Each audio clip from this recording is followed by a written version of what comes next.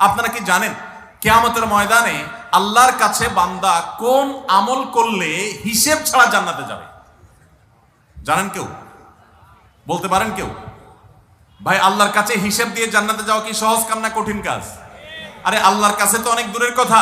আপনি যে প্রতিষ্ঠানে চাকরি করেন তার মালিকের কাছে, উপরস্থ বসের কাছে একেবারে পুঙ্খানুপুঙ্খ করে প্রতিটা পয়সার হিসাব দিয়ে একদম সবকিছুতে পারফেক্টনেস প্রমাণ করা, এটাই তো একটা কঠিন কাজ, দুঃসাধ্য কাজ।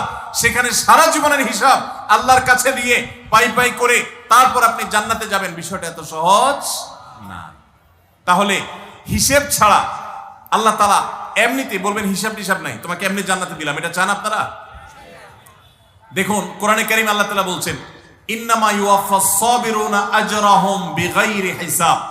আল্লাহ বিনিময় দেওয়ার ক্ষেত্রে, সওয়াব দেওয়ার ক্ষেত্রে দুনিয়াতে যারা সবরকারী হবে, যারা ধৈর্যশীল